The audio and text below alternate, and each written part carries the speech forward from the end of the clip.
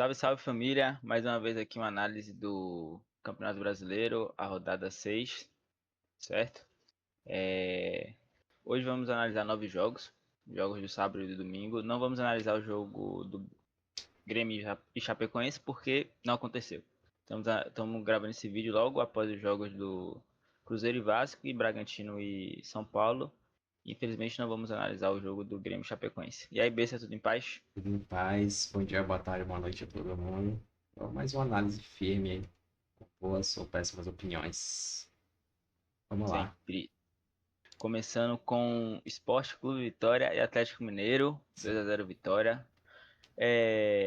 Fez a obrigação de casa. Como a gente tinha comentado, né, na hora que a gente foi fazer a análise da tabela e dos próximos jogos, a gente deixou claro que o Vitória é, já vem de um momento contra o Galo de muito tempo, de um tabu grande, né? Sim. Principalmente no Barradão, que não perde desde 2014 no Brasileirão.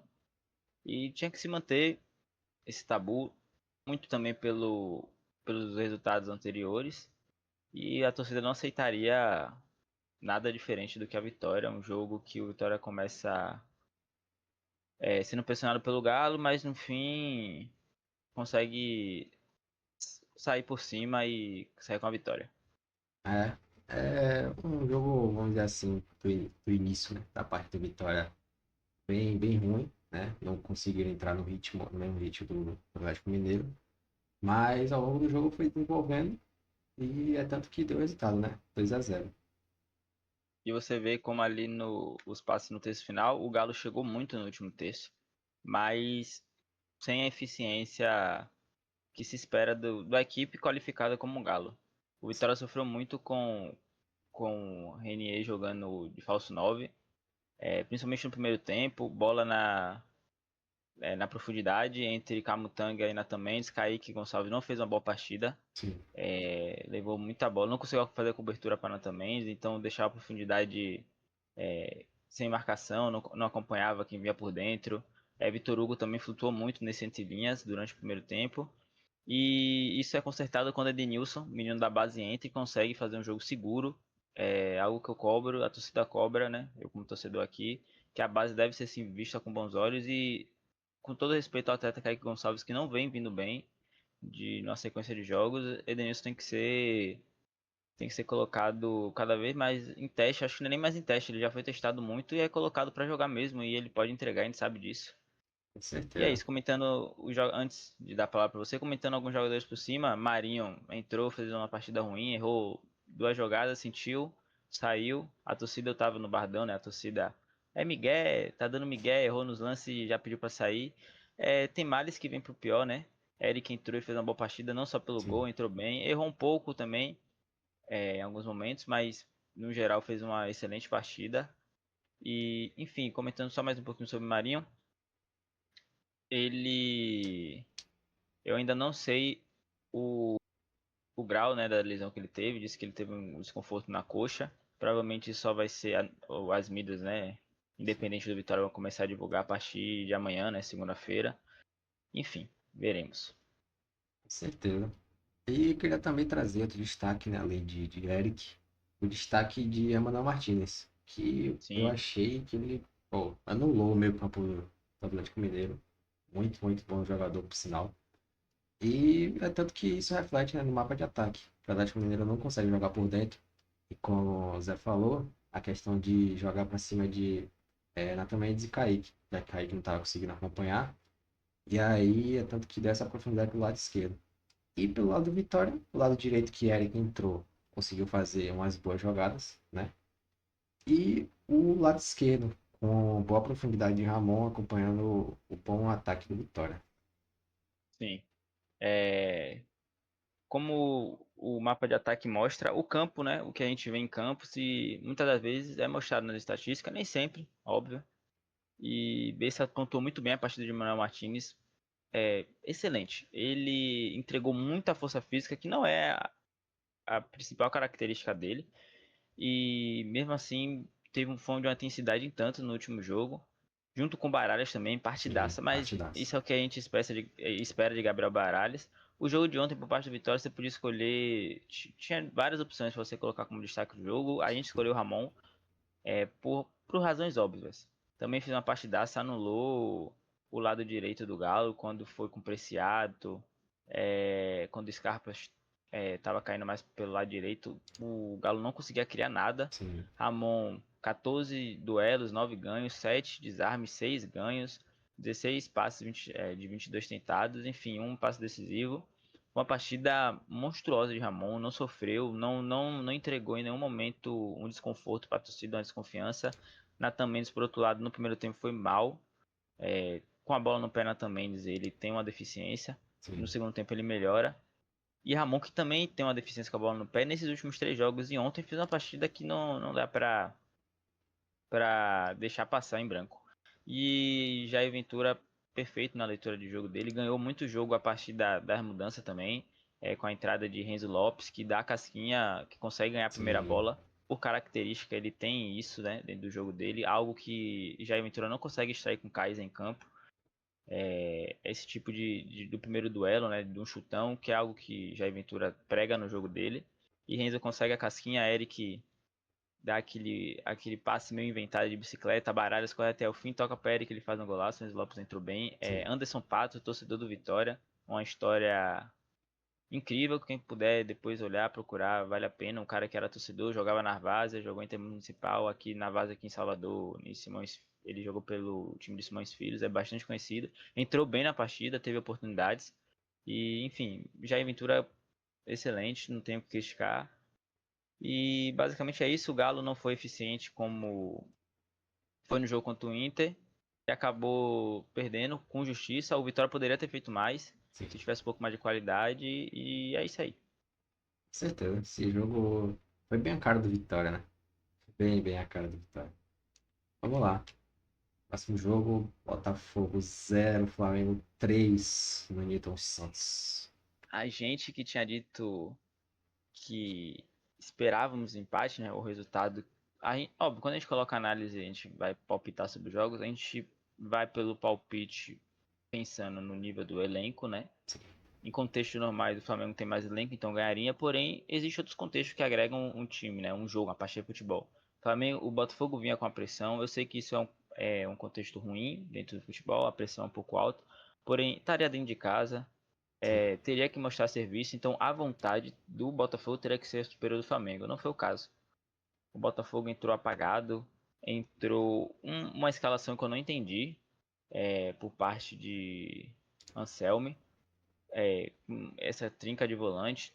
O Danilo podendo jogar também nessa posição meio ofensivo. Não entendi Montoro no banco. Não acompanho o Botafogo muito no dia a dia. Montoro estava no banco. Não foi nem entrou no jogo. Ele estava no banco. Não sei se ele estava com alguma lesão, algo do tipo. Talvez não entrou por conta da expulsão de Barbosa. Isso acabou atrapalhando o planejamento. Ele podia entrar ao longo do jogo. Mas, para mim, ele estando bem, apto fisicamente, ele tinha que ser titular. Com certeza Como eu absoluta. falei, eu não fui atrás de procurar saber, mas se estava no banco, é o que eu penso, né? Se está no banco, ele tem como jogar e deveria estar jogando.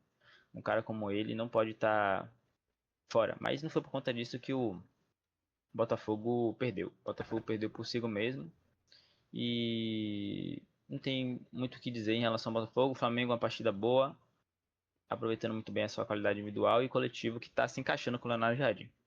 Com certeza. A parte coletiva do Flamengo tá melhorando, né? Vamos dizer assim, desde o primeiro jogo de Léo Jardim até esse jogo contra o Botafogo.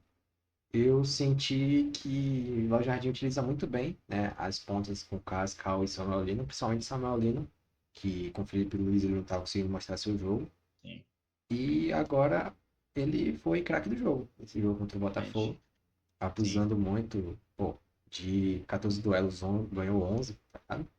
Aí com Ah, certeza, só claro, rapidinho, Bessa. Só explicando basicamente pro pessoal o que seriam esses duelos. A gente junta duelos ganhos pelo chão e duelos sim, pelo, eu acho. pelo alto. Duelos, ele é tanto o combate do jogador que ele ganha, ou ele com a bola driblando. Então Sim, são duelos. O jogador ele duela de duas formas. Ou exato. combatendo algum outro jogador, ou com a bola no pé, driblando e conseguindo superar o duelo. Tem duas formas do Isso. jogador ganhar. E o duelo pelo alto, como você já imagina, são duelos pelo alto, em jogadas, lançamentos, enfim. É basicamente isso. Vocês vão ver muito hoje essa estatística aparecendo em alguns jogadores. Certeza. E, né, aproveitando, já veio lá, já pelo mapa do ataque do Flamengo, pelo lado esquerdo ele foi, vamos dizer assim, o que mais utilizado. Mas o lado direito também foi bastante utilizado. Eu falei que o Foi de Léo onde Jardim, saiu os dois gols. isso, que Carlos Cal, o Léo Jardim conseguiu aproveitar bem o que o Felipe Luiz queria fazer, por sinal, no trabalho dele. E pelo meio também conseguiu bastante, né, com o Paquetá ali, tentando orquestrar toda esse time do Flamengo. E assim, né, pelo gol de falta de Léo Pereira, pelo gol de Golaço. Samuel Lino e também pelo gol de Pedro, né? Que ele não podia passar sem deixar o dele. Sim, ele gosta de marcar esse tipo de jogo. Uma partida que acho que o torcedor flamenguista gera um conforto, vê que o trabalho tá se encaixando. O Botafogo não gerou perigo nenhum. Eu lembro só de uma bola que de Danilo, uma jogada que Danilo constrói. Não vou me lembrar o certo, porque realmente foi um jogo muito fraco Sim, ofensivamente do muito Botafogo. fraco. É difícil você puxar. Acho que nem o torcedor do Botafogo não vai querer lembrar. Enfim, comentando um pouco sobre a expulsão de Barbosa, expulsão infantil, foi Com a falta certeza. que gerou o gol de Léo Pereira de falta, não foi, Bessa? Foi. Ele comete a falta, ele é expulso e ainda leva o Botafogo sofre o gol. Então, errou duas vezes, né? O erro Exato. foi cobrado duas vezes. Sim. Basicamente é isso. Uma coisa que tá lá no Twitter do Penal Fora da Área, quem puder já siga lá, uma coisa que nós tweetamos, foi o fato de que, como o Botafogo de 2014, né, depois de ser campeão da Liberta, se 2024. esperava, 2024, perdão, se esperava a melhora, né, essa reformulação do elenco e o elenco melhorasse a manutenção, mas não foi o caso. O Botafogo de 2024 a 2025 tem um decréscimo pouco, demorou, né, começa o ano com a mesma base praticamente, depois ao meio do ano a maioria dos jogadores responsáveis pelo título da Liberta saem, e agora de 2025 para 2026 é um nível absurdo que decai. Enfim, problemas com a SAF, problemas internos. Pro torcedor do Botafogo é triste. E pro futebol brasileiro também não é o que se espera, né? É, Que isso se resolva quanto antes. com certeza.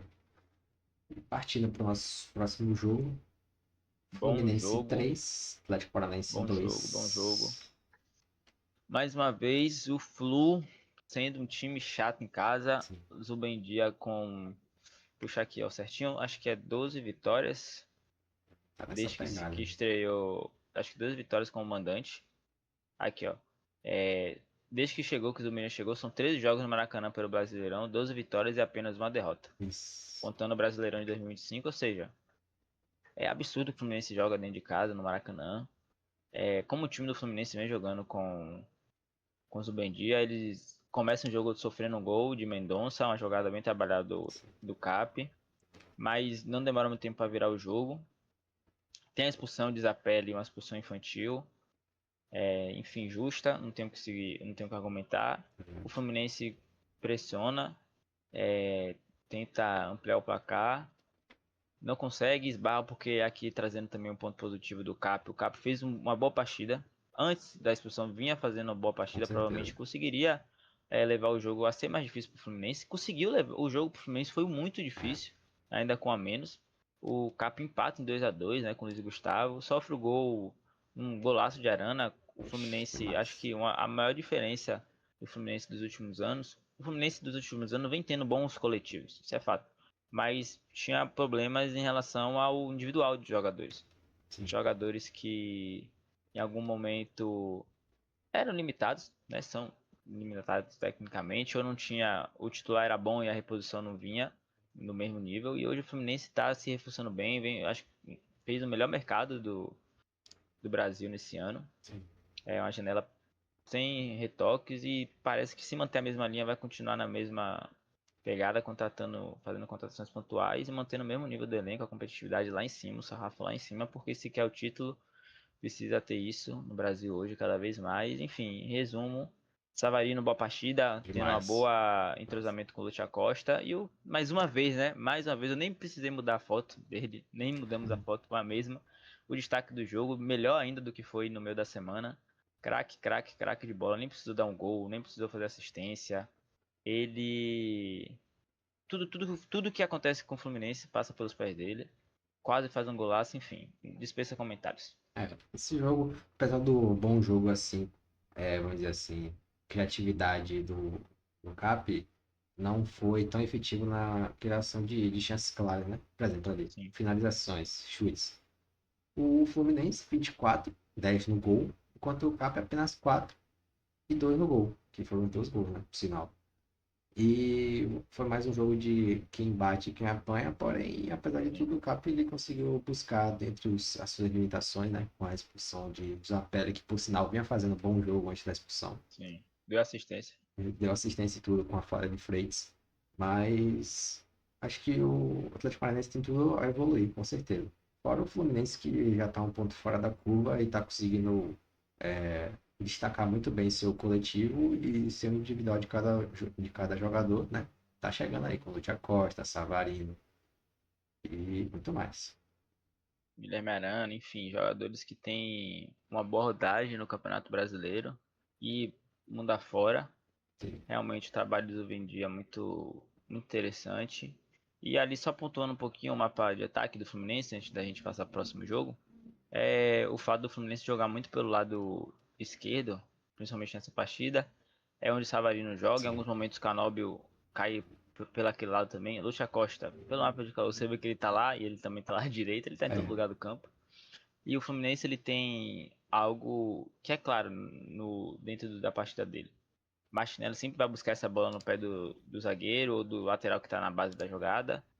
Pega essa bola, constrói por dentro, trabalha entre o entrelinha, sempre com o Lucha Costa e Savarino flutuando. Gera o passe para o ponta ou para o lateral e procura finalizar a jogada para quem vem de dentro. Então, Hércules fez o gol assim.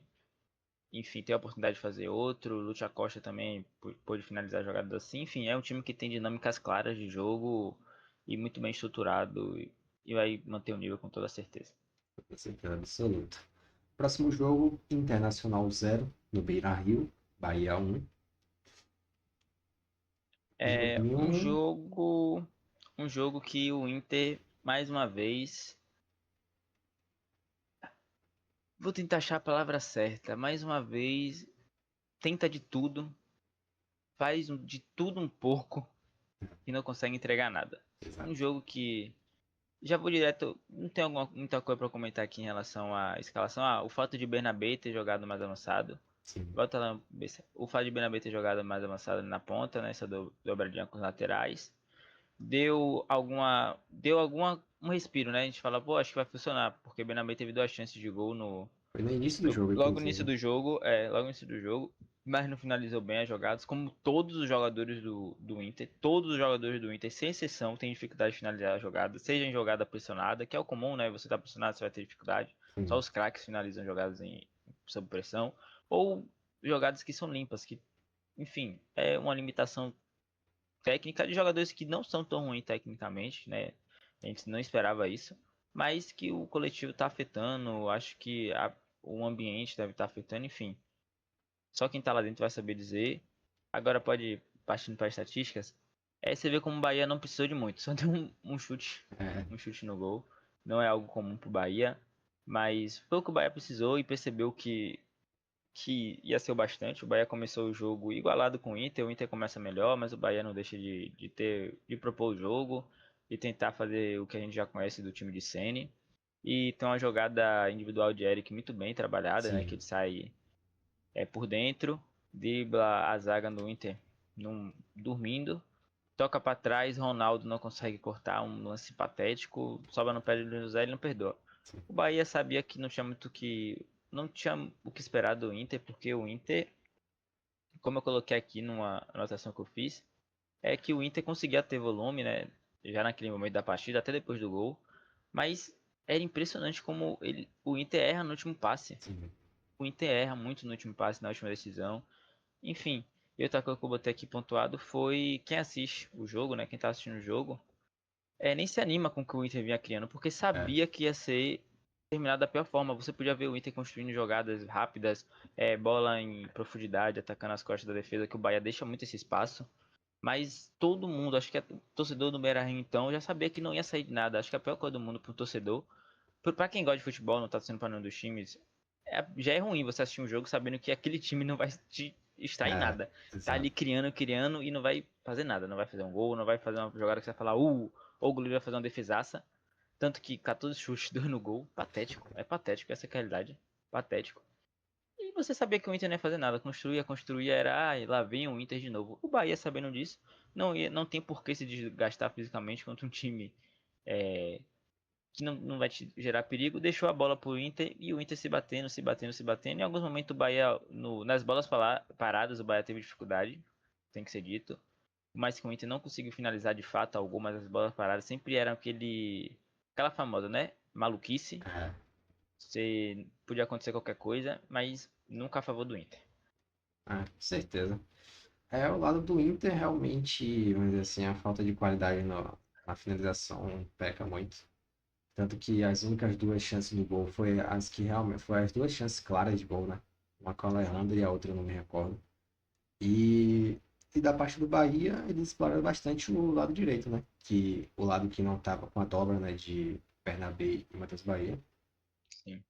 E aí, com isso, explorou muito, tanto que saiu pelo lado de lá, né? A jogadaça de Eric, driblando o lado esquerdo da zaga do Inter. E o tanto que o Bahia ele hesitou muito pelo lado esquerdo, que é um lugar que o Bahia joga muito com o Eric Pulga, né? No 1 contra 1. Sem, acho uma boa estratégia de não permitir esse tanto 1 contra 1, e assim que eles conseguiram segurar o jogo, segurar o resultado e seguir com os 3 pontos para Salvador. A leitura, como você falou, a leitura de Ceni foi excelente. Sabia que expor Pulga 1 contra 1, não necessariamente com o Bernabé, por estar mais à frente, mas com o Sim, Matheus Bahia, que é um lateral muito bom, marcando.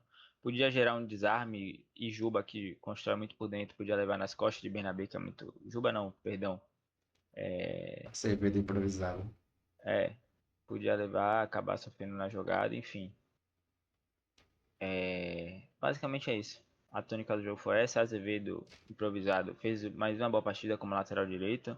Sim, Acho que é comum, todo torcedor do Bahia é muito fã de Azevedo, sabe das limitações técnicas que ele tem, porém entrega muita força física como lateral. Foi muito bem. Hoje, de fato, uma partida que ele jogou muito como lateral direito, porque o Bahia, quando joga em contextos normais, né? Com mais a bola, construindo na linha de 3 clássica, no 3-2-5, sim, 3-2-5, no 3-2-5 do Bahia. Quando o Bahia constrói dessa forma, Azevedo fica mais como um terceiro homem na zaga, né, de criação. E quando tá sem a bola, que ele se torna o lateral direito. E como você vê pelo mapa de calor, muito ali pela parte defensiva do Bahia e defendeu bem, 7 desarmes, 6 ganhos, 19 contribuições defensivas, entre dessas 19, além de desarme, cortes, interceptações, enfim, uma excelente partida dele. Destaca a partida de Eric também, que foi bem. Ramos Mingo fez uma boa partida. Jean Lucas manteve o nível que ele sempre entrega. O William José também, não só pelo gol, enfim. Uma partida tranquila do Bahia, sem muitos sustos. E o Inter, preocupação. certeza. Vamos lá. Clássico Paulista, na Vila Belmiro, Santos 1, Corinthians também 1. Deixar meu corintiano iniciar. É, já pela base das escalações, né? Dorival ele traz Carlos César, que voltou de lesão. Por sinal, ele entra muito bem, cria boas Foi um jogadas, desafogo. inclusive Foi ele, um né? desafogo pro Corinthians. Exatamente, inclusive ele que deu assistência pro gol do Memphis. E por sinal, como eu já tinha comentado com o Zé algumas vezes, Memphis escolhe os jogos que ele quer jogar, né? Não E só comigo, comentou isso no último jogo. E exatamente, no último vídeo, na última análise. isso. Que ele escolhe o que ele quer jogar. Hoje ele jogou bem, saiu com gol, golaço por sinal. E pelo lado do Santos, a proposta de Vojvoda foi tentar barrar esse meio de campo, né? Com o André Luiz e a trinca de volantes. Conseguiu de certa forma. E eu gostei também bastante que ele explorou muito o Rony. Rony indo e voltando toda hora, praticamente como um ala, procurando cobrir a marcação de Fez uma Matheus boa Vitor partida hoje. e Bidon, exatamente. Fez uma boa E, partida. apesar de tudo, todos os relances, as ressalvas, Foi 1-1, um jogo não tão competitivo, né? No sentido de tantas finalizações, mas foi um bom jogo, gostei do jogo. Foi um jogo tanto pro torcedor, tanto pro telespectador, fã de futebol, que gerou alguns momentos aquela tensão, né? O jogo te atraiu. O problema é que, como o Bessa falou, não gerou muitas finalizações Sim, porque os times erraram muito no texto final. Tinha momentos que o Santos construía bem com o Neymar, Gabigol voltando, numa dinâmica interessante, mas que não saía nada. O Corinthians trabalhando bem com André Luiz, Carilho, Bidon não achei que o Bidon fez uma boa partida hoje, do nível dele. Mas Carilho foi bem, André Luiz também fez uma boa partida. Esse moleque é muito forte muito bom. fisicamente. E Caio César, como você falou, um desafogo. Foi um desafogo para o time do Corinthians. O início do jogo do Santos é dominante. O Sim, Corinthians só fica atrás da linha, atrás da linha, atrás da linha. E o Santos indo pressionar, mas sem gerar perigos reais. O gol sai no contra-ataque, um contra-ataque muito bem construído pelo Corinthians. E sofre um gol numa fatalidade de Gabriel Paulista, que vinha sendo ia muito bem. Acho que o melhor zagueiro do com Corinthians na certeza. temporada. É... Enfim, estava vindo bem, boas partidas além de gols, defensivamente seguro. E no segundo tempo o Corinthians volta melhor, volta com mais bola, mas sem gerar perigo e o Santos também não conseguia fazer nada. É, realmente os dois times não conseguiram ter tantas criações claras assim de gol.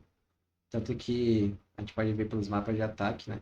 Que pelo lado do Santos explorou muito o lado esquerdo, que foi principalmente, né, na criação de cruzamentos. Sim. E no Corinthians pelo lado direito, com a construção de Carlos César, primeiramente, né? E no segundo tempo, Carrilho conseguiu contribuir também com essa criação do lado direito. E só uma ressalva, né? Que Dorival Júnior ele mexe no esquema de jogo dele e tira André Luiz, que é um jogador que pode contribuir muito, apesar de ser novo. E coloca um meio de criação e mesmo assim mantém a linha de três de volante, né? E ele achou, por algum motivo, que a criação do Corinthians ia melhorar, apesar de Galo ser um bom jogador. Mas só ele sozinho ele não consegue dar conta, principalmente num clássico como esse. E realmente não sei o que deu no Dorival Júnior, mas Uhum. fora isso, a principal perda do Corinthians é Yuri Alberto. Isso aí é uma fatalidade que o Corinthians sente desde que ele se lesionou, né? Sim. Ele O é, Roberto tem um papel muito importante na sim, primeira pressão, que Memphis não faz. exato. Memphis não vai fazer essa primeira pressão que o Roberto faz. E acaba que. Ou então o ataque à linha das costas, que o Roberto faz, que gera muito jogo para Memphis. Exato, E pro Corinthians, né? E realmente a falta é sentida. com certeza. E mês pra lá, mês pra cá, destaque do jogo, do Destaque do jogo, golaço, buscou o além, jogo, muito fez um bom. bom jogo, buscou bastante, clareou jogadas pro Corinthians que podia ter sido finalizados melhor, enfim, encontrado opções melhores. Pelo lado do Santos, comentar Gabigol, pelo gol também decisivo, fez uma partida boa, mas nada muito além, como foi o jogo contra o Mirassol. Neymar, temos que comentar sobre o Neymar, fez uma partida ruim, essa que é a realidade. Não sei até que ponto foi ele se segurando para não estourar, mas apresentou até um bom físico hoje, mas não entregou o que se espera de Neymar, muito, muito mal mesmo.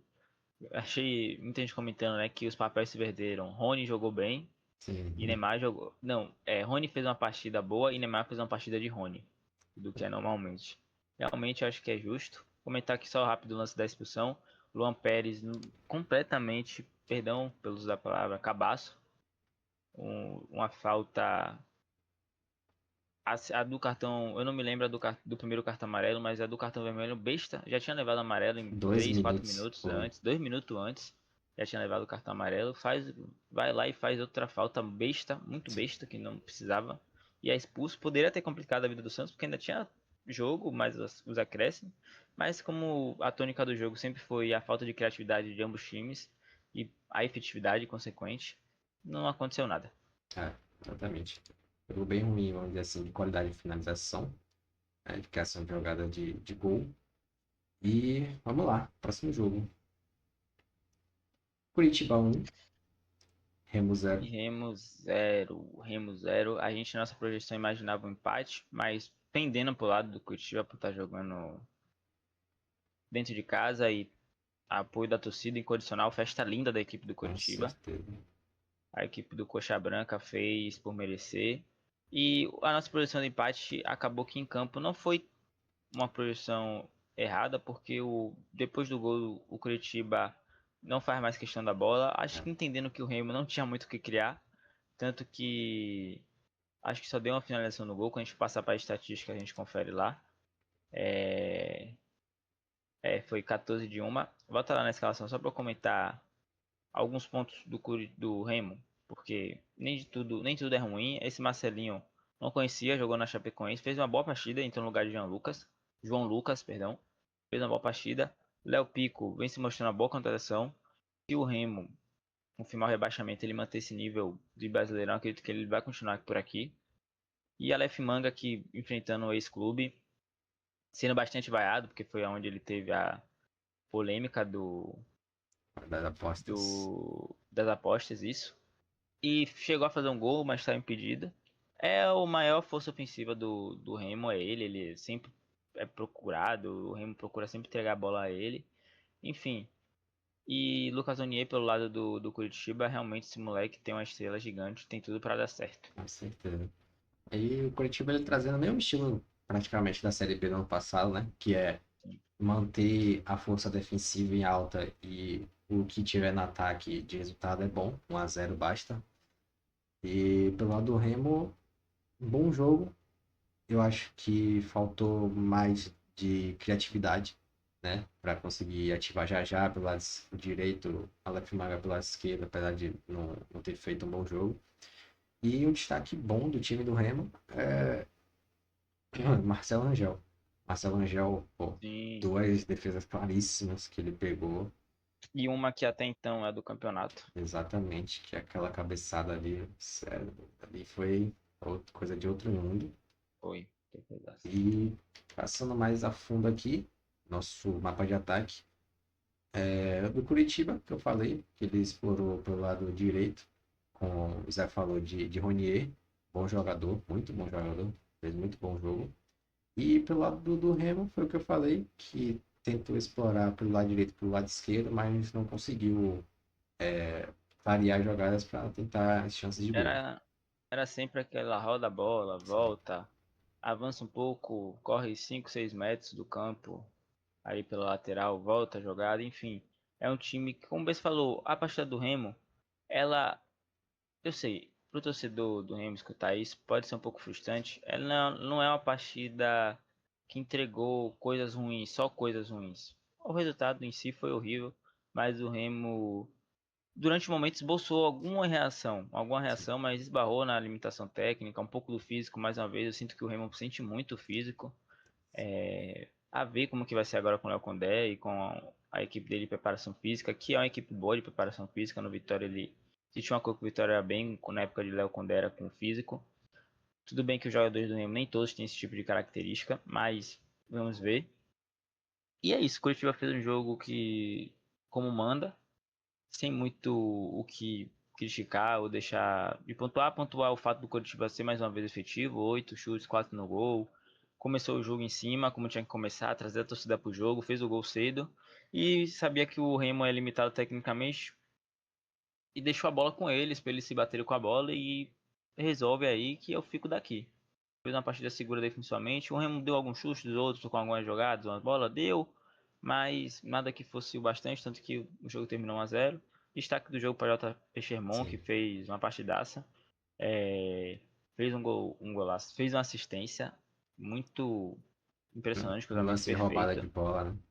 Lance também, rouba a bola. O Curitiba faz muito isso, de fazer esses gols rápidos, rápidos que eu digo, de roubar a bola, ou então em alguma falta, um lateral, já pegar a bola e cruzar logo para a área e ter alguém lá dentro e fazer o gol, sem precisar tocar muito na bola Sim. para achar o gol. Uma partida muito boa, a cabeçada foi a defesa de Marcelo Rangel, quem cruza mais uma vez foi ele, um cruzamento perfeito ao Pedro Rocha. quase sai com 2 assistências, Pedro Rocha quase sai com 2 gols.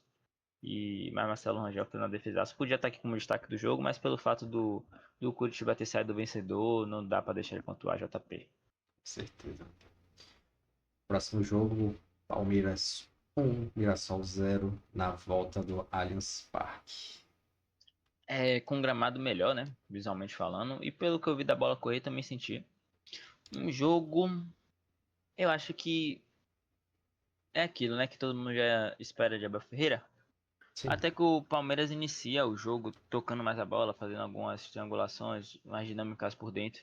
Que sim, Abel Ferreira tem dinâmicas por dentro, tem sim é, criação de jogadas, dinâmicas ofensivas que não são baseadas no chutão ou em ligação direta, lançamento para casquinha de Flaco Lopes.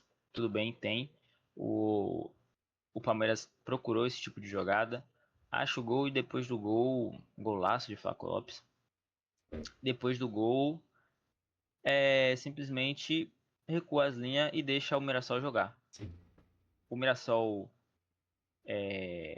sabe jogar com a bola no pé? Sabe jogar. Não é o estilo padrão do Mirassol, pelo fato de ser muito transitivo, jogar em transição ofensiva, jogo rápido esperando contra-ataque, ou então construção de jogada com poucos toques. O Mirassol teve que tocar mais a bola, rodar mais a bola, mostrou que consegue fazer isso, mostrou, mas não foi efetivo, não conseguiu gerar nenhuma chance clara. Já pode partir para a estatística aí, BC. Não gerou, né? Dois chutes, dois no gol, mas mais posse de bola. Não é como a gente vê o Mirassol com questão de Com posse de certeza. bola. E com um tanto de troca de passe. Mas é aquilo, o Mirassol tá subindo degraus, fez um campeonato excelente no passado, que a gente não vai deixar de comentar. E tá demonstrando que também tem a capacidade de jogar com a bola quando precisar. Na Libertadores, ainda não, né? Não teve sorteio do grupo, mas com certeza vai cair num grupo que possa ter um ou dois times que vão só se livrar da bola e você se vira É, com a bola e faz o que você quiser.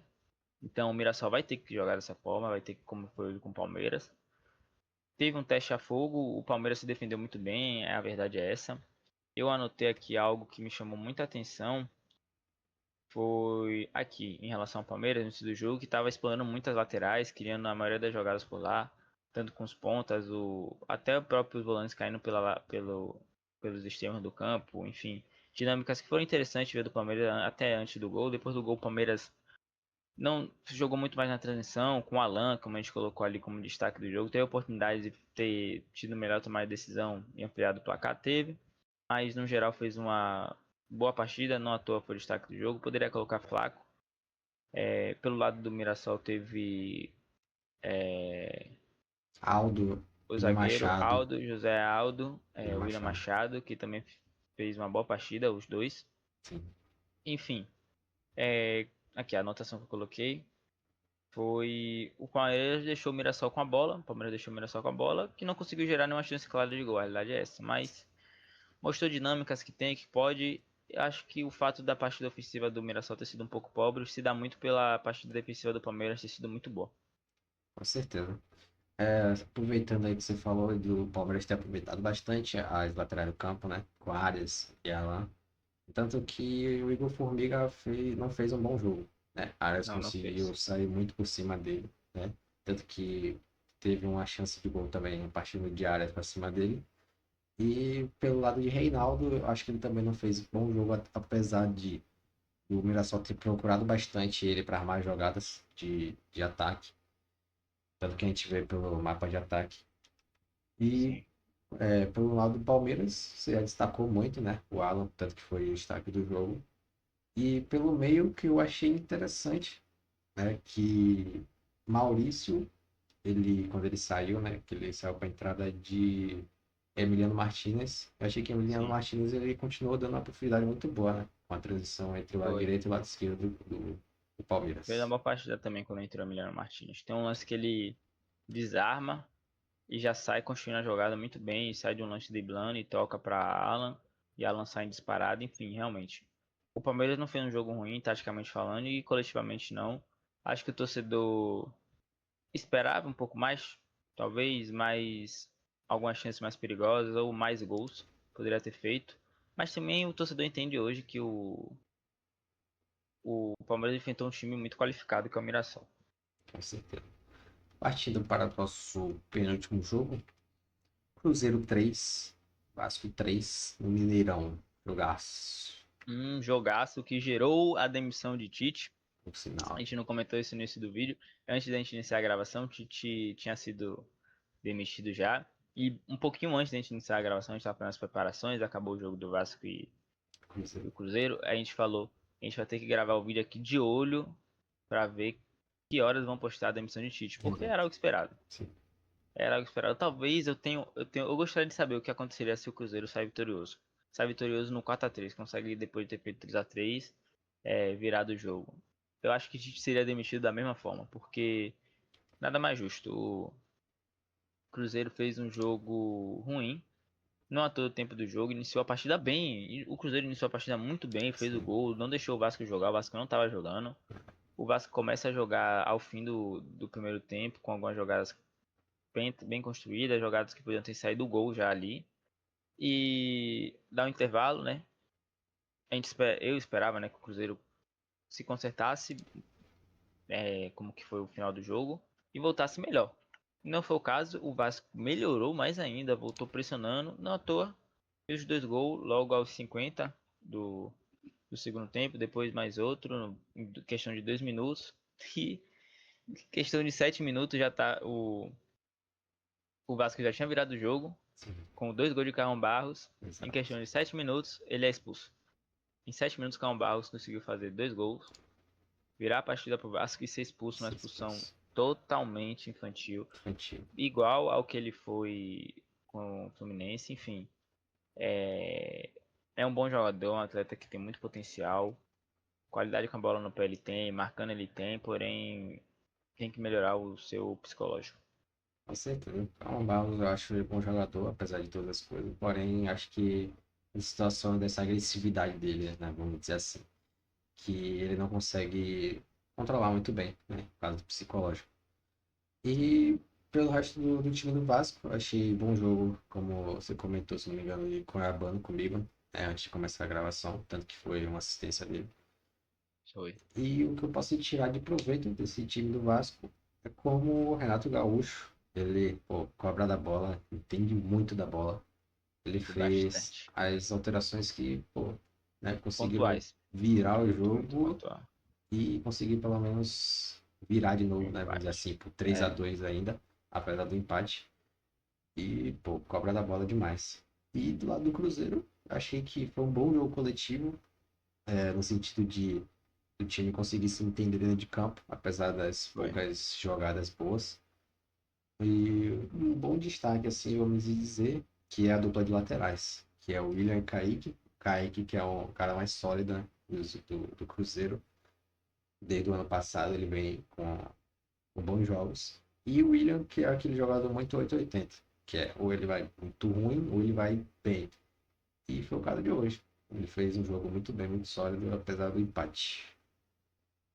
E pontuar Matheus Pereira também, Sim, como ele é um jogador diferente, ele tentou muito, muito, muito, muito. Achei que o Bessa pontuou correto a partida coletiva do Cruzeiro, principalmente no primeiro tempo, até os 40 minutos, 35 minutos do primeiro tempo, o Cruzeiro não estava mal, errava em questões mais individuais do que coletiva, a realidade é essa. Porém, é aquilo. O Tite foi demitido com justiça foi porque não demonstrou em momento nenhum, desde que ele chegou, um nível de competitividade. Não demonstrou coletivamente muito falho. E o jogo de hoje escancarou.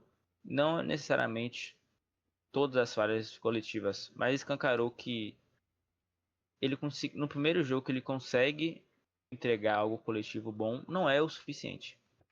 Porque o time dele não se sustenta em duelos, talvez em erros. A defesa do Cruzeiro completamente falha. O Vasco tomou gol em todos os jogos no Brasileirão e o Cruzeiro, se não estou enganado, é a equipe que até então tomou mais sofreu gols. Tudo isso com Tite. Ou seja, é um time que apresentou boas ideias coletivas hoje, apresentou, porém não apresentou isso ao longo do trabalho todo de Tite, foi cobrado hoje E mesmo no jogo que vai bem, não foi um jogo que entregou resultado. O futebol te cobra resultado. Com certeza. E não tem pra onde correr. Não tem pra onde Exato. correr. Outra, só finalizando essa pontuação da situação, que é a falta de Caio Jorge. A falta de Caio Jorge é um peso, uma Sim. perda muito grande, né? Chico da Costa, em relação ao Carlos Jorge, é de um nível técnico é muito baixo. Apesar de ter Realmente, eu não, feito uma boa temporada pelo Mirassol no passado, né? foi. Mas você ter um titular como Carlos Jorge, um reserva, Chico da Costa, é complicado. É É, complicado. Eu acho que para ser a terceira opção é justo num time como o Cruzeiro, mas é a primeira opção, no caso a segunda, né? A primeira é Carlos Jorge. Não faz sentido. Foi uma contratação, se eu não estou enganado, o Tite aprovou. Já é um pouco duvidoso, sabe? Já chegar desse jeito, a torcida é, questionou muito ele. Teria feito seu primeiro gol com a camisa do Cruzeiro, mas não fez porque teve o desvio de Vila Real. Se eu não estou enganado, esse é o nome dele. Contou com o desvio dele, o gol foi dado para ele, enfim. Não tem muito que cobrar de Chico da Costa. Também não foi o principal. O Cruzeiro não perdeu por conta dele. não foi, com certeza não. Mas a falta do Carlos Jorge fez diferença, enfim. O destaque do jogo a gente colocou o Cuiabano. Errou no primeiro gol do Cruzeiro, vacilou, acabou dormindo. No terceiro gol, né, do empate, no final do jogo, também acaba soltando uma pressão, acaba vacilando em subir logo para deixar o cruzamento de Calma Prates, lateral direito do Cruzeiro, que entrou no lugar de William no finalzinho da partida. Mas são erros que acabam. O terceiro erro, muito por conta de ter um jogador a menos, ele teve que cobrir um espaço que provavelmente Cão Barro estaria cobrindo, enfim. Piton também vacilou, tinha que estar acompanhando lá.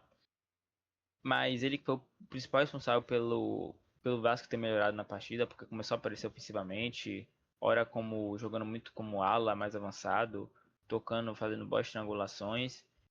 A nota SofaScore 6.5 é uma nota ruim, como a gente deixou claro desde o primeiro vídeo, a gente não vai escolher o destaque do jogo de acordo com a nota do SofaScore. E o melhor do jogo, cada um considera o que quer, a gente traz o destaque é por pontos, contexto de jogos, enfim. Pensamos em colocar também Matheus Pereira, fez uma Sim. boa partida. Eu acho que é muito. Não faz sentido colocar nenhum jogador do Cruzeiro, porque o time desmonorou e conseguiu sofrer pro Vasco dentro de casa, podendo controlar bem o placar. Não conseguiu controlar. E quando o Vasco está com um a menos, o Cruzeiro continua sofrendo. Então, não merecia ter alguém como destaque do jogo. Algumas ressalvas, o William foi bem, Kaique foi bem, realmente. Enfim, o Vasco teve Brenner que entrou bem, mas não o suficiente para ter sido destaque, na nossa visão. Acredito que o Cuiabano tem que ser observado cada vez mais de perto. É um lateral esquerdo com valências boas. E, enfim, pensando na seleção, não agora, Não, mas para um futuro, uma posição que é muito questionada, é interessante se observar. certo. Bom lateral. Vamos lá. Último jogo, nosso vídeo. Red Bull Bragantino 1, São Paulo 2. Um jogo chato, um jogo chato. Eu acompanhei nessa rodada muitos jogos no mesmo horário, né? Então eu acompanhei os três jogos ao mesmo tempo das quatro, no mosaico do Premier, né? Que tá os três jogos passando. Acompanhei os dois jogos das 6h30, um na tela do meu computador e outro na TV. E a mesma coisa no jogo das 8h30. E é engraçado, né? Quando você assiste vários jogos ao mesmo tempo, você acaba se prendendo mais o que está te chamando mais atenção. E os três das quatro, todos me chamaram bastante atenção a todo momento. Então eu podia perder alguma coisinha do jogo do Corinthians, porque eu tava prestando atenção no jogo do Fluminense, perdi alguma coisa do jogo do. Quem foi que jogou o outro que jogou as quatro? Corinthians e Santos. Foi Fluminense e Cap. Qual foi o outro que jogou as quatro, meu Você Deus? acabou de falar aí. Não, foi. Não, tá Isso. certo. Inter e Foi. Bahia. Inter e Bahia. Isso. Santos e Corinthians, Inter e Bahia e Fluminense e Cap. Em algum momento que eu Você tava tinha prestando atenção falado. no jogo do Santos e Corinthians, eu perdi o Inter Bahia. Ou então, vice-versa, né? Eu acabava perdendo a atenção. Era três jogos, eu consegui acompanhar, consegui, enfim, perdi a atenção porque foram bons jogos. E acontecia a coisa a todo momento. O jogo da 6h30 também. O do Palmeiras, eu prestei muito mais atenção no jogo do Curitiba e Remo. Por incrível que pareça, eu tava curioso para ver como o Curitiba ia jogar na partida de hoje. E o jogo do Cruzeiro e Santos, eu simplesmente só prestei atenção no jogo do Cruzeiro e Santos. Talvez porque o jogo do Cruzeiro e Santos foi muito acima da média de emoção, foi. Mas o jogo do São Paulo e Bragantino foi um jogo chatinho de acompanhar. O Bragantino começa o jogo bem. O jogo começa muito bem pelos dois lados, mas o Bragantino faz o gol. Depois do gol, melhora na partida, é um pouco melhor, termina o primeiro tempo melhor. Mas o São Paulo volta muito melhor em relação ao Bragantino. O Bragantino acabou recuando muito as linhas, né? Jogando muito para trás, não Famoso precisava fazer isso. mancinismo. O famoso mancinismo que até em alguns momentos pelo Bragantino não tinha aparecido ainda nessa forma mais pura, no seu estado mais puro. Mas acabou vacilando, acaba levando um gol de Sabino numa bola parada, um gol que nosso querido Datafute postou, ele que é o rei das estatísticas, postou que a finalização de Sabino tinha apenas 1% de chance de ser gol. Caramba. Sendo honesto, eu não sei como é calculado esse tipo de estatística, não sei. Só acho engraçado, uma curiosidade, uma coisa legal de se pontuar. Realmente legal, uma chance de 100% de gol. Agora, quem vai me dizer o porquê ou não, não sei. Se me perguntar, não vou saber dizer porquê, eu só acho legal. Sim. Na minha cabeça, todo chute no gol é 50% de chance de ser gol. Mas É, enfim, tem nível de dificuldade. O fato de Sabe não ter chutado uma bola de primeira, que foi um chute que ele vem em ângulo, ele vai praticamente rente à sem ângulo. trave e o É, gol. Eu entendo o motivo da dificuldade. Realmente um gol difícil, Sabino vai muito bem. Colocamos ele como destaque do jogo. E para mim, além do jogo, é o destaque do São Paulo até então nesse campeonato. O melhor zagueiro do São Paulo, um dos com melhores certeza. jogadores. Caleri jogando muita bola também. Mais uma vez, ressaltando o fato dele voltar de uma lesão tão complicada e tá jogando muita bola, fazendo gol toda oportunidade que tem. Enfim, um ponto negativo do São Paulo, Lucas não está apresentando bom futebol, muito, muito mal. E como eu, comentei antes, o fato do Bragantino ter estado muito bem ao longo da partida, o início do primeiro tempo mais equilibrado, depois começa a ser mais superior, termina o jogo, o primeiro tempo melhor, volta do segundo tempo, não entendi o fato de ter voltado tão covarde como É, voltou. Não legal. precisava. A maioria o São Paulo gerou 4 chutes, 3 no gol, eficiência incrível. Gerou poucos chutes, mas foi o bastante, porque o Bragantino aceitou e no tempo que aceitou foi o suficiente para o São Paulo fazer gol. Depois o São Paulo só voltou, jogou mais tranquilo, o Bragantino estava em casa, tinha que fazer o dever de casa. A responsabilidade era dele de buscar o empate. O São Paulo sabendo disso, defendeu muito bem. Algumas chances saíram ao final do jogo do Bragantino, teve chance de empatar, mas não conseguiu finalizar da melhor forma. Pita entrou e Pita peca muito em alguns momentos, tecnicamente. É um cara que entrega gols, mas errou as duas finalizações que dá para ter caprichado mais. Enfim, pelo lado do Bragantino, pontuou a partida de Mosqueira. Um Sim. trator físico, o cara é Muito bom muito forte jogador. fisicamente, Sim. rápido, tem qualidade técnica, principalmente para driblar, em tomar decisão, clássico do ponta burro, um pouquinho tem esse traço de ser um pontinha burro, mas ganhou de 13 dribles que ele tentou, 12 ele acertou, enfim, foi uma boa partida também, destacar isso. Em resumo, é basicamente isso, São Paulo é líder, a gente vai ver a tabela daqui a pouco, e fez por merecer, o Bragantino poderia ter feito mais. Com certeza. Só destacando aqui, comentou as coisas do Bragantino, que é mais uma boa partida do Lucas Barbosa. Pô, muito bom jogador. Desde que ele chegou no Bragantino, até mesmo no Juventude, ele já vem apresentando bons jogos. Ele só vem evoluindo cada vez mais. E Isso é verdade. uma grata surpresa, e fez um bom jogo, né? Foi José Herrera, que veio do Fortaleza, se não me engano, né? Sim, Que bastante questionado. é bastante questionado, não fez bons jogos no Fortaleza, e hoje fez um bom jogo. Gostei dele, apesar de Zido Pita ter entrado no lugar dele e não ter aproveitado as suas chances. Herrera fez um bom jogo, saiu com gol também. E uma coisa que eu preciso pontuar, o segundo gol do São Paulo sai de um erro absurdo de Cleiton, um cruzamento perfeito do Casamon. Cleiton, não sei o que deu na cabeça dele, de querer sair para interceptar esse cruzamento, não tinha chance, foi um cruzamento alto e a bola chegou a uma altura que ela ia começar a cair e caiu perfeito para o Caleri, toca no Caleri que é gol. O zagueiro briga com o Caleri, mas o Caleri é aquele centroavante chato que empurra, que segura e consegue achar o espaço ainda para cabecear. E quando o goleiro salta e erra o corte, não tem ninguém no gol, fica mais fácil ainda. Caleri fez o gol, o Cleiton foi mal no lance. Poderia ter feito só o básico, não precisava ter saltado ali naquela bola, na bola alta. É o, é o que se aprende na escolha de goleiro, né? Bola em arco, aquela altura não tem como você saltar, a não sei que você esteja uma impulsão maravilhosa. E não foi o caso, tanto que ele passou bastante longe. Enfim, não entendi a decisão de Cleiton. Realmente questionável. Bom, último jogo, amanhã a gente tá gravando no domingo à noite, após os jogos. Chape e Grêmio, provavelmente a gente vai trazer no próximo vídeo, né? Que vai Sim, sair no sábado, por sinal, sábado que vem.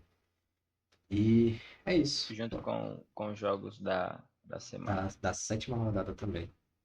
E vamos para nossa análise de tabelinha. Nossa Da famosa nossa tabela. tabelinha. Bom, vamos lá para nossa tabelinha. Deixa eu puxar ela aqui.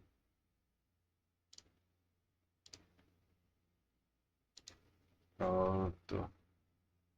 Vamos lá. Começando sempre, né? Por baixo. Chegando no. Acho que na verdade começar por baixo lá ele. É, é a melhor forma, né? Sim. É onde o pessoal, os rivais, enfim, mais gostam. E mais uma vez, essa zona de abaixamento é muito interessante. Infelizmente, meu Reminho, vai estar nesse bolo, mas eu acho que a maioria dos torcedores hoje assinaria esse rebaixamento. Com certeza. E por sinal justo, tá? Sem. Não tem pra onde correr, Botafogo não tá jogando muita bola. Inter não tá, Cruzeiro não tá, e o Remo também não. Então, zona justa, Vasco também na posição que deveria estar, mas com pretensão de subir, o Atlético Mineiro também justo, passando por problemas internos também, enfim, não tem muito o que questionar. É. E já em seguida a Chape, que vem surpreendendo, né? Que poderia muito bem estar nesse bolo aqui da zona de Sim. rebaixamento. Santos, Mirassol, Vitória, Atlético Paranaense, Grêmio, Ah, e como você falou da Chape, poderia Sim, estar na zona de abaixamento, poderia iniciar o jogo de amanhã na zona, exato, mas não vai iniciar o jogo de amanhã na zona. exato. E acima da Chape, né, até o oitavo lugar, o Bragantino. Os times apresentando jogos bem sólidos, né, cada um com suas características, sem deixar muito a desejar. Já no Corinthians, Curitiba, Corinthians, aquele jeito de pouca apresentação de chances de gol, né, para apresentar e buscar os pontos. Curitiba, boa surpresa, fazendo bons jogos, buscando seus pontos muito, muito bem colocados. Flamengo e o Bahia subindo na tabela, apesar de que o Bahia ele estava no top 2 se não me engano, semana passada. Caiu um pouquinho e o Flamengo ele se manteve ali onde ele estava, né? Por causa de todas as suas conturbações, né? Da troca de técnico e tal. O Bahia com um jogo a menos, o Flamengo também, se o Bahia, né, tivesse completado o seu jogo e ganhasse, iria a 14 pontos, estaria em primeiro. Sim, Único time invicto. exato. Não, o único time invicto. Com o Não, São Paulo, O São Paulo e Bahia, os únicos times isso, invictos do Brasileirão. exato. Fluminense, terceiro, apresentando bons jogos com o Zubeldia, principalmente em casa. Um Sim. bom time. São Paulo, que a gente falou agora há pouco. Bom time, principalmente com a entrada de Roger Machado apresentando bons jogos. Roger Machado conseguiu trazer sua proposta muito bem. E o Palmeiras, que já é ciclo já dos últimos anos, vem colocado na primeira colocação, com o Abel Ferreira trazendo suas pontuações, apesar dos questionamentos do estilo de jogo dele. Sim. Mas, enfim, vamos lá para os palpites da sétima rodada. Antes da gente começar o palpite aqui, então a gente falou das equipes invictas, né? São Paulo e Bahia. Sim, Times que não têm vitória, o Remo, Cruzeiro e Internacional. E aquele dado que a gente trouxe em relação a não ter jogos 0-0 se mantém 55 partidas iniciais do Brasileirão nenhum 0 a e 0. nenhum 0-0. Então façam suas apostas. Superou o melhor começo da história do Brasileirão, de 64, que foi com 48 jogos. Então, 55 jogos, façam sua aposta qual vai ser o primeiro jogo 0-0 do Campeonato Brasileiro. Vamos ver, né? Se a gente pode ter algum 0 a 0 aqui nesses palpites. É. Se vai ser nessa agora. Eu tenho um palpite pro 0x0 nessa rodada. Um possível. Acho que quando Vamos ver. chegar lá eu digo. Bahia e Bragantino, Fonte Nova. Bragantino e Bahia. 1x0 Bahia. 1x0 Vitória Bahia. do É, Bahia. eu acho que também o Bahia vai levar essa. Acho que o Vai Bahia em levar. casa é muito forte. Forte. Existe toda a mística em relação a Mancini. Enfim, uma história que eu não gosto de mencionar. Mas ele estava presente, responsável direto pela piada que se criou. Mas enfim. Favorito grande. E é isso. Palmeiras e Botafogo. Sempre Palmeiras e Botafogo sempre fazem bons jogos. E dito isso, vitória do Palmeiras. Com certeza. Eu acho que o Palmeiras e o Botafogo vem num momento estável. Que eu achei que o jogo do Flamengo poderia ser um respiro, mas felizmente não é o Não caso. trouxe respiro. Pode ser que o Botafogo consiga surpreender com, quem sabe, um empate. Ou quem sabe ganhar também. Nunca se sabe. Enfim. Vamos lá. Cap e Cruzeiro. Cap e Cruzeiro é no Mário Celso Petragilha. Não é a Arena da Baixada, né? Não, não. Não é a Arena da Baixada. Enfim, mas vai jogar em casa, com sua torcida apoiando. Acredito que o Cap e o Cruzeiro sempre fazem bons jogos, né? Historicamente, tem boas memórias. Sim, bons jogos. Acredito que dá Cap. Cruzeiro sem técnico, né? Não sei se vai jogar com interino ou com, sei lá, quem vai ser contratado. Sim, Opções no mercado tem. Mas acredito na vitória do Cap. Fez um jogo guerreiro contra o com Fluminense. certeza. Quando estava com os 11 iniciais, depois quando ficou com 10, manteve o mesmo nível de competitividade. Acredito na vitória e confio. Ok. Vamos lá. Na Arena MRV, Atlético São Mineiro e Paulo. São Paulo. É...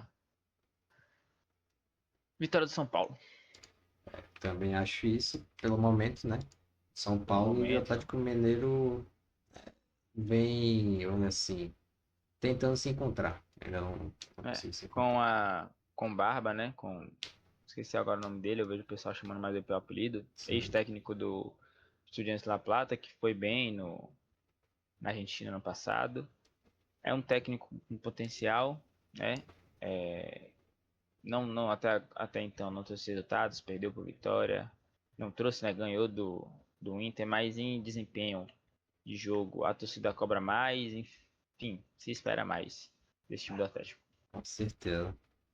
Mirassol e Curitiba no Maion. Eu acho que da Mirassol, respeito o Curitiba pode ser que surpreenda, quem sabe um empate, mas o Mirassol no Maior sempre faz jogos difíceis. E se tem uma coisa que o Guarani não vai querer é duas derrotas ou dois jogos sem um resultado positivo, ele vai querer, vai buscar essa vitória. Três, na verdade, né? Pensando que É, o Mirassol veio de empate com o Santos, então ele não vai aceitar. certeza. Santos Internacional, na Vila Belmiro, Internacional, empate. Esse jogo é empate. Primeiro empate da rodada aí. empate. Empatezinho. Sim, eu também concordo. Acho que o Santos, apesar de tudo, ainda não está conseguindo apresentar o nível esperado e o Internacional está bambeando das pernas. Mas eu acho que ele pode apresentar bom jogo, né? Porque nos últimos jogos só não conseguiram finalizar muito bem, mas conseguiram criar jogadas. Criar Então, jogada de fato não tá sendo um problema pro Inter. Não tá sendo um isso, problema com o Inter. O problema é as limitações técnicas exato. que tá esbarrando na porta. Vasco e Fluminense, clássico carioca no Jogo Maracanã. difícil, jogo difícil. Sendo bem honesto, talvez se isso fosse há 2 semanas atrás, era Fluminense seco. O Vasco vem crescendo no campeonato, por conta de Renato. Hoje fez um jogo guerreiro, quarta-feira na quinta, não vamos lembrar, enfim, contra o Palmeiras, foi um jogo guerreiro também. Enfim, No Maracanã, ainda assim acho difícil o Fluminense vai manter o nível vitória do Flu. eu também acho, apesar de todo o bom momento do Vasco, acho que o Fluminense vai conseguir explorar bem as falhas do Vasco, né? As falhas tecnicamente falando. Principalmente com a falta de Calma Barros, né? Que apesar de todo o que envolve ele, ele é um bom jogador pro esquema tático do Vasco. E eu também Sim. concordo na vitória do Flu. Vamos lá. Grêmio e Vitória na Arena do Grêmio. Quero ver o que você pensa desse jogo. Sinceramente, eu acho que o Grêmio. É porque a gente não viu o jogo ainda, né, do Grêmio amanhã. Do Game Sharp. Acho que Mas, é um, é um termômetro maior pra partida, como que vai ser quinta. sim. Mas eu acredito que o Vitória ele vai conseguir dar jogo, porém eu acho que em casa, principalmente com o Luiz Castro, que vai adaptando muito bem seus esquemas táticos com um time É. diferente, eu acho que ainda assim dá Grêmio. Eu tenho minha preocupação contra o Grêmio, porque não apresentou tudo o que pode com esse elenco, um elenco que foi bem reforçado, tem um bom técnico. É, na arena do Grêmio sempre é jogo chato, historicamente pro Vitória também, o Vitória sempre esbarra lá. E o Grêmio tem qualidades que o Vitória tem dificuldade em enfrentar, né? Um bom centroavante, como o Carlos Vinícius, pontas que atacam bem a profundidade, meias que flutuam entre linhas, enfim. É um time que tem potencial de ganhar do Vitória. E imaginando que o Grêmio empate contra a Chape vai chegar pra arena do Grêmio tendo que fazer o dever de casa, então Sim, não vai deixar o Vitória confortável. É aquilo, o Vitória também é o time que joga muito bem quando não está confortável, ou seja, exato. não tem a bola, deixa o adversário com a bola a todo momento e arruma um contra-ataque, arruma jogadas rápidas, transições. Mas de qualquer forma, acredito no empate ou na vitória do Grêmio e quem sabe no empate. Acho que o empate também é o resultado mais plausível. Não consigo enxergar o Vitória ganhando esse jogo, infelizmente, Também, infelizmente. infelizmente, não. Não consigo enxergar. Então, palpite final, 1 a 0 o Grêmio, vitória do Grêmio. com muita dor no coração. Com muita dor no coração. E é aquilo, mais uma vez, pro torcedor de Vitória, que sabe que eu torço Vitória, tô torcedor mesmo, torcedor firme, quem Bessa me conhece sabe o nível que eu sou. Tô falando isso aqui sem o Vitória no coração, sendo completamente esquecendo o lado do torcedor. O lado do torcedor é o Vitória tem que ganhar esse jogo. Eu quero que o Sim, Vitória ganhe. é, Obviamente, o Vitória tem que ganhar. Acredito na vitória. Mas analisando todos os contextos, é difícil, é um jogo difícil. com certeza. Vamos lá, no Maracanã novamente, um dia após Clássico 1 a 0. Carioca. Já coloca logo. Tem muito pra onde correr, não tem Flamengo muito e o que Remo. falar. É É, aquele jogo feeling que fala, né? Um é, feeling já premeditado. a gente já sabe o que vai esperar. É, Gostaria muito que fosse 9 a 0 para se apagar algumas coisas do passado. Enfim, então, vamos duro lá, pro Remo. vamos lá. Último jogo da rodada, na Arena Condá, Aí, você Chape. percebeu que disse que eu tinha o meu palpite pro 0 a 0. Até agora eu não disse. 0 a 0 aí. Ponto. Eu não, Ponto. sinceramente, eu não acho que é 0x0, não vou mentir. Eu não acho que é 0x0, principalmente pelo lado lado da Chape. Porque. Não é nem pelo lado do Corinthians. Lado da Chape, porque o Corinthians fora de casa, ele não consegue propor seu jogo. Muito, muito difícil o Corinthians propor o jogo fora de casa. E a Chape a gente só vai ter um termômetro maior amanhã, né? Depois do jogo contra Amanhã, o Grêmio, que que vai por ser em sinal é casa. em casa também. Exatamente. Mas eu concordo nesse Chape 0x0, eu que não acho. não é nenhuma loucura. É Não, aquilo, é um empate. É o sim, 0 a 0, porém eu acredito mais no empate. sim. A Chape que já pegou o Santos em casa na estreia, ganhou de 3 a 2. Um jogo muito adulto da Chape, uma virada impressionante. Não tem que respeitar o time da Chapecoense.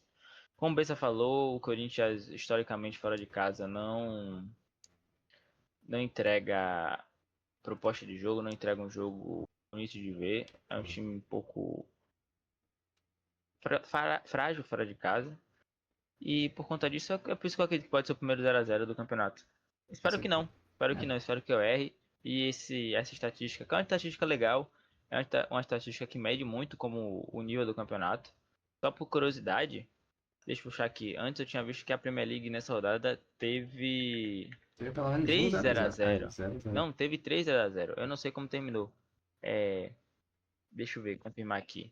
Essa rodada terminou com Nottingham Forest Fulham 0 a 0, Crystal Palace Leeds 0 a 0 e Burnley Bournemouth 0 a 0. Além de jogos 1 a 0, 1 a 0, enfim, mas só o fato de ser 0 a 0 já mostra como Isso. O o nível do nível. nosso campeonato tá alto e que se mantenha assim sempre, sendo bem valorizado. Com certeza. Vamos lá, né? De acordo com nossos palpites, premeditação da tabela. Coisa para rápida, a terminar gente vai dessa começar forma. de cima para baixo, ao contrário do que a gente começa normalmente. Palmeiras se mantém na primeira colocação, São Paulo se mantém na segunda, Fluminense na terceira, Bahia na quarta, Flamengo na quinta. Flamengo na quinta. Aí passando aqui um pouco mais rápido, o Grêmio, se ganhar, ficaria com 13. Não sei se passaria o Flamengo. Vitória vai ficar igual. Acredito que o saldo do Grêmio não é tão bom em relação ao Flamengo. Não é tão bom em relação ao Flamengo. Então, ficaria com 13, não passei o Flamengo. Caso ganhe, se empatar amanhã um ponto. Se perder, manteria esses 10 de acordo junto com a previsão que a gente fez para a próxima rodada, a rodada 7. Curitiba com 10, Atlético Paranaense com 10, Mirassol com 9, Corinthians com 9, Bragantino com 8. O Vitória, mesmo perdendo para o Grêmio nessa rodada, se manteria ali no G12. Santos com 7, Chapecoense com 6. Cada Chapecoense empate iria a 7, mas não passaria o. Não poderia, poderia passar o Santos pelo saldo. Poderia acabar passando o saldo. Se ganha o jogo contra o Grêmio, iria 9, passaria, ficaria 11º Sim, ao fim dessa rodada. Enfim, Atlético Mineiro com 5, Vasco com 4 e o mesmo zona se mantém com algumas mudanças em posições, mas a zona continuaria a mesma. Botafogo, Inter, Remo e Cruzeiro. exatamente. É isso aí. Nossa famosa tabelinha de predição da próxima rodada. Isso.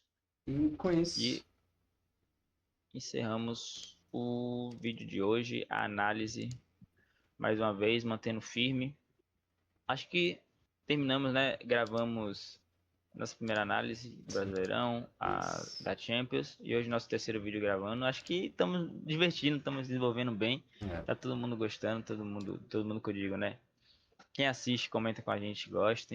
A gente tá curtindo bastante esse tipo de vídeo, a gente se diverte, a gente que é fã do futebol. Enfim, continua assim, quem gostar, compartilhe. Pode compartilhar com todo mundo, não tem problema. Curte, dá o like, comenta. Uma coisa isso pra aí. complementar, BC. Agradecendo a todo mundo que assiste, acompanha a gente. Mesmo que não acompanhe todos esses vídeos longos, né? Pela A gente correria do já. dia a dia. É bom lembrar. Não Isso, só já esse vídeo, falar. todos os vídeos a gente mantém o cronograma embaixo. A gente não sabe por que não tá aparecendo, né, na timeline, né, naquela A negocinho barrinha. vermelho, não tá aparecendo os capítulos certos. Mas se você entrar na descrição do vídeo, vai ter lá, é só clicar em cima do minuto que você vai ser direcionado para análise do jogo que você quiser ver específico. Exato. E a partir dessa semana, inclusive, nas redes sociais vai sair alguns cortes dos melhores momentos, das melhores análises da gente aqui, Sim. tanto no Twitter, no Instagram e provavelmente no TikTok. Aham. E com todas as principais análises assim que a gente tirou de bom proveito para quem não consegue assistir o vídeo todo, né? Enfim, É isso. Em resumo, é isso. Agradecer mais uma vez. Qualquer sugestão, melhora de qualidade no vídeo. A gente tá estudando. Estudando não, a gente não comentou muito em si. Tô aqui abrindo isso aqui para cabeça. A gente pensa colocar alguns lances do nosso vídeo, mas a gente tem que estudar isso com calma em relação a direitos autorais. sim, A gente sabe que tem influenciadores que colocam, mas não entende como funciona. Então tá começando agora. É difícil colocar esse tipo de lance. Entender mais com calma. E, enfim, a gente mantém essa nossa estrutura. Quem estiver gostando, comente. Quem alguma sugestão, comente. Algo que a gente pode adicionar. Sempre melhorando. com A gente vai certeza. estar melhorando sempre. E se divertindo. Uma coisa que a gente está Com fazendo é se certeza. divertir gravando esses vídeos. Absoluto. Independente da nossa rotina, porque a gente tem outras prioridades. Isso aqui não é a nossa maior prioridade. É um Mas hobby aqui, pra é um gente, hobby. Se divertir e isso, deixar em. Enfim. E tá sendo legal. com É isso. certeza. Obrigado a todo mundo. Valeu, Bessa. Tamo junto Valeu, sempre. tamo Um junto. abraço. É nóis. Valeu, Deus rapaziada. abençoe Tamo a vida junto. de todos. É isso aí. Tchau. Valeu. Valeu, falou. Fui.